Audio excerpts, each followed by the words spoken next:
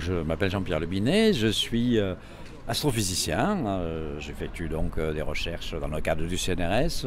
J'ai fait l'essentiel de mes recherches à l'Observatoire de Paris. Et puis depuis quelques années, je suis retourné dans mon Midi natal et je suis au laboratoire de Marseille en partageant mon temps effectivement entre plusieurs laboratoires. Alors c'est mon activité principale, donc astrophysicien, ça veut dire quoi? On travaille sur les mécanismes qui gouvernent notre univers. C'est un travail de théoricien, je ne suis pas astronome, je ne fais pas d'observation. Je fais des calculs utilisant les grandes théories, la relativité générale d'Einstein, la physique quantique pour étudier des objets que je trouve personnellement fascinants, et je ne suis pas le seul à les trouver fascinants, que sont en particulier les trous noirs. Voilà, j'ai beaucoup travaillé sur les trous noirs. Je m'intéresse évidemment aussi aux grandes questions relatives à l'histoire de l'univers dans son ensemble, au modèle de Big Bang, est-ce que c'est le début du temps, le début de l'espace, etc. Ce genre de grands questionnements. Donc c'est mon activité principale. Et puis donc des activités qui ne sont pas des activités secondaires, mais absolument complémentaires, parce que pour moi ça fait un tout. Des activités donc d'écriture. J'ai publié une trentaine d'ouvrages, dont la moitié sont des essais de culture scientifique, où j'essaie justement d'expliquer en un langage plus simple évidemment que celui des publications spécialisées, quelles sont les grandes questions aujourd'hui sur l'univers. Et puis comme j'ai vraiment la passion de la littérature, j'ai publié 7 romans et une dizaine de recueils de poèmes. Voilà. Plus après tout un ensemble d'activités, des activités de conférences effectivement assez importantes, des activités artistiques auxquelles je tiens beaucoup, et des collaborations également avec des artistes, des créateurs, que ce soit dans la musique, dans la peinture, les arts plastiques, etc., pour justement montrer que la science et les choses qui paraissent complexes et que l'on fait font partie pleinement intégrante de la culture, de l'anatome d'aujourd'hui, et qu'il faut effectivement ne pas séparer les différentes façons de percevoir l'univers, de comprendre l'univers. Il ne faut pas séparer la raison, l'émotion, il ne faut pas séparer donc les arts, les sciences, et voilà, donc je suis très attaché à ces relations. Alors 2 questions qui me viennent à l'esprit. Quelle est l'origine, très rapidement parce qu'à mon avis c'est très long, des trous noirs? Et est-ce qu'on vit dans un monde dimensionnel? Est-ce que ça existe, les mondes parallèles? Alors d'abord, ce sont 2 questions différentes, même s'il peut y avoir un lien dans certains développements récents. Alors les trous noirs, en fait, apparaissent comme une conséquence un petit peu incontournable des théories de la gravitation qui sont très bien décrites par ce qu'on appelle la théorie de la relativité générale d'Einstein, l'espace-temps courbe. Donc en termes simples, qu'est-ce que c'est un trou noir? Vous prenez une certaine quantité de matière et d'énergie, vous la mettez dans un volume extrêmement petit, et à partir d'un certain moment, cette masse va s'effondrer sur elle-même sous l'effet de sa propre gravité et va creuser une sorte de puits de gravitation dans l'espace et le temps, une sorte de trou de gravitation, avec une force d'attraction tellement grande que plus rien ne peut en sortir. Même la lumière reste piégée dans ces objets qui sont évidemment fascinants du coup, à la fois pour les physiciens théoriciens, parce que d'abord ça a été des calculs, l'hypothèse des trous noirs a d'abord été une hypothèse purement théorique, et puis après pour les astronomes, parce qu'on s'est dit si les trous noirs existent, comment on va faire pour les voir, puisque par définition ils n'émettent pas de lumière. Voilà. Mais quand on parle de matière noire, est-ce que c'est en rapport avec les trous noirs? Non, non. Alors donc une autre branche très importante de la recherche d'aujourd'hui qui soulève plein d'interrogations, c'est le contenu matériel et énergétique de l'univers. On sait que l'univers est en expansion, on s'est aperçu également que cette expansion s'accélérait et on se demande pourquoi cette expansion s'accélère. Et quand on essaie de voir un petit peu tout ce qui constitue le contenu matériel énergétique de l'univers, on s'aperçoit que ce que l'on croyait être la matière universelle, c'est-à-dire la matière ordinaire, la matière atomique dont nous sommes composés, dont les étoiles sont composées, parce que vous savez, nous sommes de la poussière d'étoiles, donc ce sont les mêmes particules qui composent les étoiles, les planètes, les grands nuages d'hydrogène, les êtres humains, etc. etc. Voilà.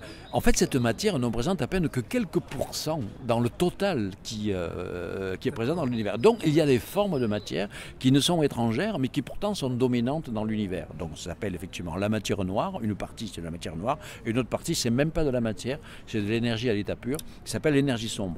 On pourrait penser que les trous noirs seraient des candidats, puisqu'ils sont noirs, pour expliquer la matière noire, mais en fait, non, ils sont trop peu nombreux, donc ce sont deux sujets qui sont découplés. Voilà. Mais les trous noirs fascinent à la fois les chercheurs, puis je crois le grand public, parce qu'il y a aussi un petit peu l'archétype du puits sans fond, la fin de toute chose, dans lequel on s'engouffre bien entendu, donc les cinéastes, le fameux film Interstellar notamment, voilà.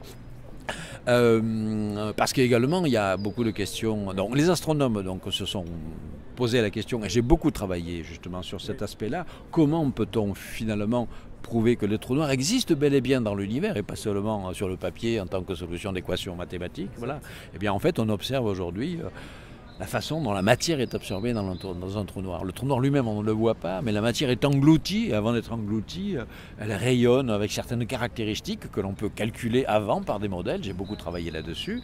Et aujourd'hui, on a effectivement des objets qui sont des candidats trous noirs ou qui répondent absolument aux prédictions, aux prévisions théoriques que nous avons faites. Par exemple, vous avez des trous noirs qui vivent dans des couples stellaires, c'est-à-dire des trous noirs formés par une étoile qui a implosé. L'étoile vit en couple, parce qu'il y a beaucoup d'étoiles doubles en fait dans l'univers, avec une autre étoile qui reste à l'état normal gazeux, et le trou noir se met à aspirer progressivement l'enveloppe gazeuse. Et donc il y a un transfert de matière de l'étoile gazeuse vers le trou noir, et avant de disparaître dans le trou noir, la matière s'aplatit dans un disque d'accrétion extrêmement chaud et émet des rayonnements caractéristiques. Donc on observe ces rayonnements depuis maintenant une trentaine d'années, donc on a effectivement des trous noirs stellaires. Après, il y a des trous noirs géants, c'est-à-dire vraiment ultramassifs, qui sont également énormes également en taille, qui se trouvent au centre des galaxies. Et ces trous noirs sont capables d'absorber des étoiles entières, voire même de les briser, puisque l'un des travaux que j'ai fait dans les années 80, c'est d'étudier la façon dont une étoile qui allait frôler un trou noir géant allait être détruite par des forces gravitationnelles énormes. Et j'avais calculé, d'abord théoriquement, parce qu'à l'époque on n'avait pas d'observation susceptible de décrire le phénomène, j'avais calculé que les étoiles étaient en quelques heures aplaties dans le plan de leur orbite, sous forme de ce que j'appelais des crêpes stellaires, des crêpes gazeuses, et finissaient par exploser. J'avais appelé ça, j'avais publié beaucoup d'articles, les crêpes stellaires flambées. Est-ce que les trous noirs sont statiques ou c'est en mouvement ? Les trous noirs, rien n'est statique dans l'univers. Donc tous les trous noirs sont en mouvement. Ils sont d'abord déjà eux-mêmes, même s'ils sont isolés, ils sont déjà en rotation sur eux-mêmes. Donc en rotation, ils agitent l'espace-temps. Ils produisent ce qu'on appelle des ondes gravitationnelles, qui ont d'ailleurs été détectées en 2015. Des ondes gravitationnelles sont une des prédictions incontournables de la théorie d'Einstein, qui remontait à un siècle. Mais il fallait des appareils d'une sensibilité extraordinaire pour arriver à mesurer ces ondes gravitationnelles. Et en 2015, pour la première fois, on a observé des ondes gravitationnelles qui ont été émises par une fusion de deux trous noirs. Parce qu'il y a aussi certains trous noirs qui vivent en couple, deux trous noirs cette fois-ci, qui se rapprochent l'un de l'autre. C'est rare. Ils fusionnent et au moment de la fusion, ils émettent une bouffée d'énergie sous forme d'ondes gravitationnelles et ça a été détecté. Donc voilà, les trous noirs fascinent. Et alors, la grande nouvelle, actuellement, l'une des actualités sur les trous noirs, c'est que pour la première fois, en 2018, ça peut être demain. Non, mais c'est pas. On attend la première image télescopique directe cette fois-ci, où on va voir carrément le trou noir lui-même, c'est-à-dire une sorte de disque noir, mais entouré d'une sorte de halo lumineux qui représente la matière qui va tomber dedans. Voilà, grâce à un projet instrumental absolument inimaginable il y a 40 ans. Alors, je dis il y a 40 ans parce que dans mes recherches, l'un de mes premiers travaux, et celui qui m'a fait effectivement commencer à faire connaître à l'échelle internationale, c'est que j'étais le premier, il y a tout juste 40 ans, c'est 1978, à calculer par l'ordinateur à quoi ressemblerait de très près un trou noir le jour où soit on voyagerait dans l'espace avec les vaisseaux spatiaux comme dans la science-fiction, mais je savais bien que ça se produirait jamais, ou en tout cas pas de... Ou le jour où on aurait un télescope gigantesque capable de voir ces objets, parce que ces objets ils sont très lointains, normalement ils sont plutôt petits et donc on n'a absolument pas de télescope suffisamment grand. Voilà. Et je n'imaginais pas que 40 ans plus tard, on aurait un réseau de télescopes répartis sur la planète entière qui a la résolution, c'est-à-dire la capacité de finesse de regard suffisante pour observer le trou noir gigantesque, le trou noir géant qui se trouve au centre de notre galaxie. Il est grand, il fait 25 millions de kilomètres de diamètre, mais il est très très loin. Et donc c'est un petit peu, il y a un défi technologique extraordinaire, c'est comme si vous vouliez observer une graine de moutarde qui serait à New York, depuis ici. Donc vous imaginez les performances technologiques extraordinaires. Eh bien, on a mis en œuvre un réseau de télescopes répartis sur la planète qui a cette résolution-là. On attend l'image qui est en train d'être calculée par des supercalculateurs. Les images ont été prises il y a 1 an et il y a des supercalculateurs qui combinent toutes les données pour produire une image qui va sortir dans les semaines ou les mois qui viennent. Et cette image, je l'attends avec une certaine impatience, parce que c'est une image qui ressemblera à ce que j'ai calculé il y a 40 ans. L'image virtuelle calculée par l'ordinateur. C'est gratifiant pour vous-même. C'est effectivement trop gratifiant quand on a la chance, effectivement, quand on est un physicien théoricien comme moi, on fait des calculs, on fait des prédictions, et généralement, les instruments du moment ne sont pas encore suffisamment précis et adaptés pour là. Et on a la chance quand les instruments s'affinent et que de notre vivant, on peut avoir des confirmations. Je vois vraiment que vous êtes vraiment passionné par votre univers, mais je trouve ça vraiment fascinant. Est-ce que vous avez un message pour la jeunesse, celles qui veulent se lancer comme vous dans ce métier? Oui, alors le message essentiel, c'est la passion. Effectivement, moi, ça fait 40 ans que je fais ce métier, j'ai toujours été passionné, je continue à faire des conférences, les gens me disent, mais comment ça fait que vous êtes passionné comme ça? Je dis, parce que c'est passionnant ce que l'on fait. Alors évidemment, ça demande énormément de travail, d'investissement, mais tout ça, une fois qu'on est passionné, on se lance dedans. Et puis il y a aussi un autre aspect, je vais beaucoup parler des trous noirs, donc on n'a pas le temps de parler beaucoup d'autres choses, mais ce que je dirais aux jeunes également, c'est de ne pas se cantonner. La passion, c'est formidable, mais il faut avoir une passion pour plusieurs choses à la fois et plusieurs façons de percevoir l'univers. Alors ok, les recherches dont je parle, les trous noirs, ça a mis en jeu effectivement ma spécialisation, des études mathématiques très poussées, puis après la physique théorique, c'est très compliqué. Voilà. Mais moi, je fonctionne, je pense que une partie de ma créativité, entre guillemets, que j'ai pu avoir dans mon métier, avec les trous noirs, avec les modèles de cosmologie, ce qu'on appelle les univers chiffonnés, on n'a pas le temps d'en parler, etc. Ça vient aussi du fait que je baigne depuis mon enfance dans une conception esthétique de l'univers, c'est-à-dire également, je pratique également les arts. Je collabore avec des artistes, etc. Et tout ça, ce sont des modes d'appréhension qui se complètent. Voilà. Et donc, c'est ça aussi que je dis aux jeunes. Et parfois, effectivement, je vais aller parler à des jeunes dans des lycées, etc. Pour eux, a priori, la physique, c'est un truc barbant, ça se réduit à des équations à résoudre, etc. Puis je commence à leur parler de tout ce que je fais, les trous noirs, l'univers chiffonné, et puis mes activités artistiques. Je leur fais écouter de la musique inspirée par les astres, des tableaux de peintres inspirés par l'univers. Et ils se disent, finalement, c'est ça, c'est passionnant. Donc c'est ça le message que je voudrais transmettre aux jeunes. Très bien.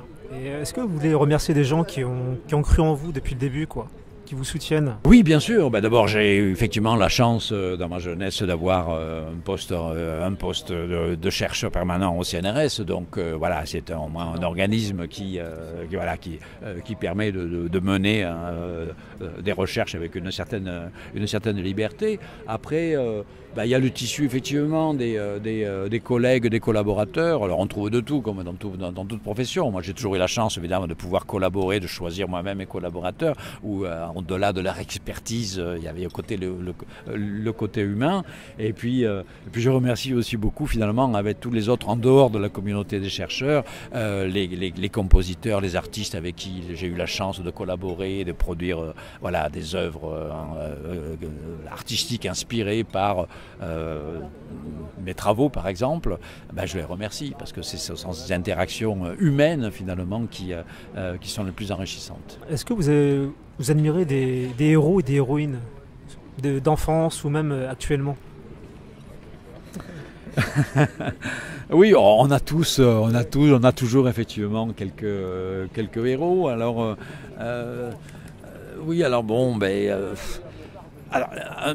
la plupart de mes héros entre guillemets sont des héros en fait du passé.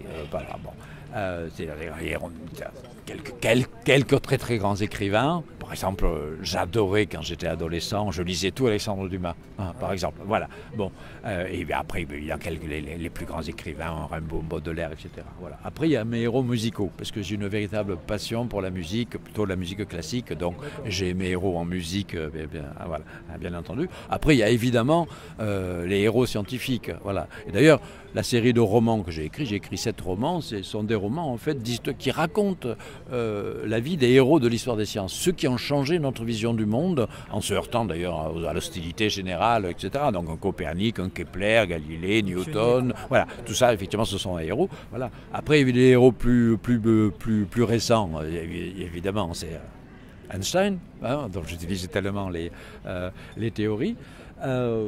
Voilà, ce sont essentiellement mes héros. Très bien. Sur ce, je vous remercie infiniment, Monsieur Luminet, et puis continuez à partager votre passion, quoi. Avec plaisir. Voilà, et j'encourage vraiment les jeunes qui nous écoutent à donner le meilleur d'eux-mêmes et à se livrer à leur passion. Et quand on est passionné, on arrive à faire ce que l'on veut. Super. Merci.